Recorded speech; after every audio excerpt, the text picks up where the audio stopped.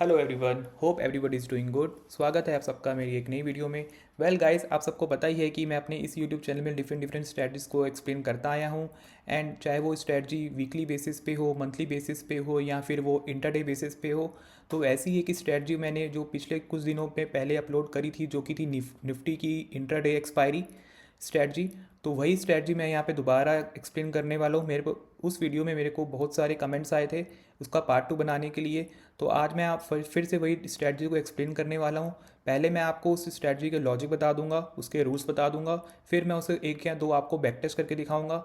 And जिसको आप समझ के उसमें कुछ ट्विक करके अगर आप इसको फर्दर एनहांस करना चाहते हो तो आप कर सकते हो। तो चलिए शुरू करते हैं। पहले मैं आपको क्विकली इसके रूल्स बता देता हूँ, फिर हम इसके एक या दो एग्जाम्पल देखते हैं।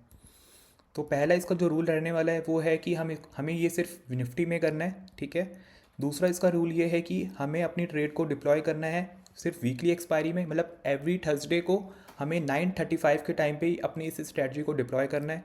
इसका जो तीसरा रूल है, 9:35 में निफ्टी का जो भी स्पॉट प्राइस होगा उस स्पॉट प्राइस के नियरेस्ट स्ट्राइक प्राइस को हमें उसके कॉल और पुट को सेल करना है, ठीक है। उसका जो फोर्थ पॉइंट होगा, जैसे ही हम उसके स्पॉट प्राइस के कॉल और पुट को सेल करेंगे, हमें जो उसका कॉल और पुट का जो स्ट्राइक प्राइस होगा, सॉरी जो उसके एलटीपी प्राइस होगा, हमें उस एलटीपी प्राइस के 40% पे ऐसे लगाना है। तो सपोज़ करिए अगर यहाँ पे हम सेल कर रहे हैं तो उसका जो 40% का जो एसएल होगा वो उसके स्ट्राइक प्राइस के उसके जो लास्ट ट्रेडिंग प्राइस से ऊपर होगा। तो इस पॉइंट पे काफ़ी सारे लोग ट्रेडर कंफ्यूज हो जाते हैं कि हम इसमें एसएल हमारा ऊपर कैसे लगेगा। वेल गाइस, अगर आप कुछ भी बाय करते हो तो उसका आप एसएल उसके प्राइस के नीचे लगाते हो। अब मान लीजिए अगर आपने 100 रुपीज़ में कोई स्ट्राइक प्राइस बाय करा है तो उसका जो एसएल होगा 40% पे तो वो 60 रुपीज़ होगा।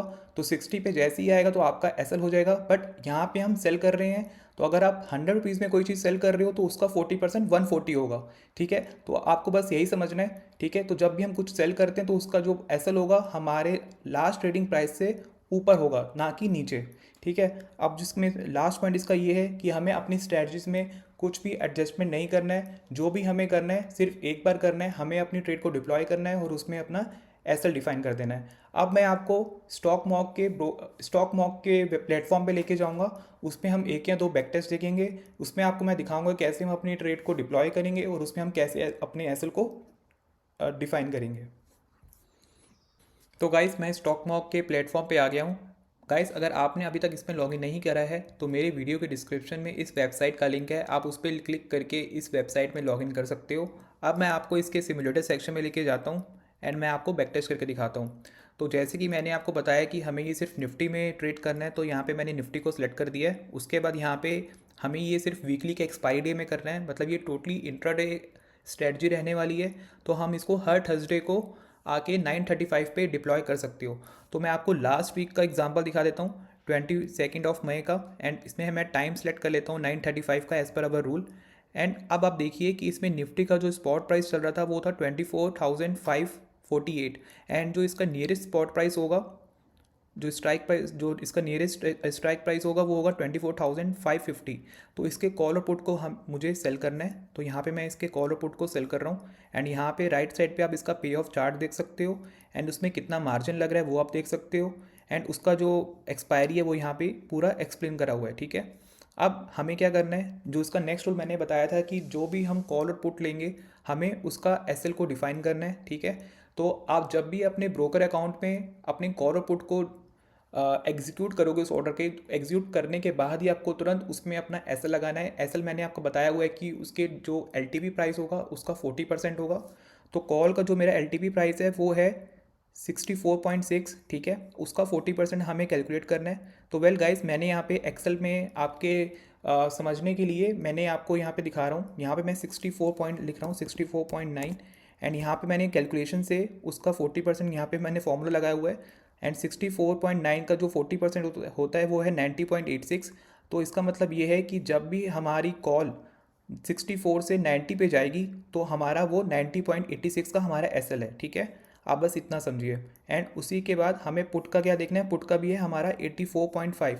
तो पुट का भी हमें 40% डिफाइन करना है, 84.6, ठीक है। हम इसका भी हमें 40% अगर कैलकुलेट करेंगे तो वो आता है 118, ठीक है, जो कि होता है 33 पॉइंट्स, ठीक है।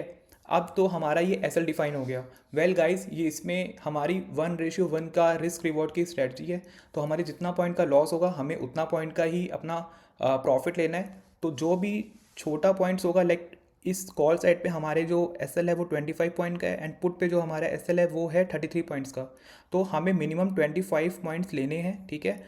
तो आपको समझने के लिए, बेटर समझने के लिए यहाँ पे मैं क्वांटिटीज़ थोड़ी बढ़ा देता हूँ, यानी कि मैं आपको यहाँ पे 4 लॉट से समझाता हूँ, ठीक है, 300 क्वांटिटी के हिसाब से अकॉर्डिंग। अब आपको ये ध्यान रखना है कि हमने अपने ट्रेडिंग अकाउंट पे जैसे ही हमने अपनी ट्रेड को डिप्लॉय करा, डिप्लॉय करने के बाद हमें उस पर तुरंत जाके अपना एस एल लगा देना है, ठीक है। एस एल हमें क्या लगाना है, कॉल साइड पे हमें अपना एस एल लगाना है 84.6, सॉरी, कॉल साइड पे हमें अपना एस एल लगाना है 90.686, एंड पुट साइड पे लगाना है हमें 118.4, ठीक है। तो 90 और 118 का हमारा एस एल होगा। अगर इसमें हमारा, अगर किसी भी साइड पे अगर हमारा एस एल होता है तो हम अपनी ट्रेड को, जो हमारा दूसरा जो लेग होगा उसको हम होल्ड करेंगे जब तक वो हमारे लास्ट ट्रेडिंग प्राइस पे नहीं आ जाता। तो अभी मैं आपको 1 मिनट करके आपको आगे बताऊंगा और देखते हैं हमारी इस स्ट्रेटजी में, हमारी इस ट्रेड में क्या रहने वाला है।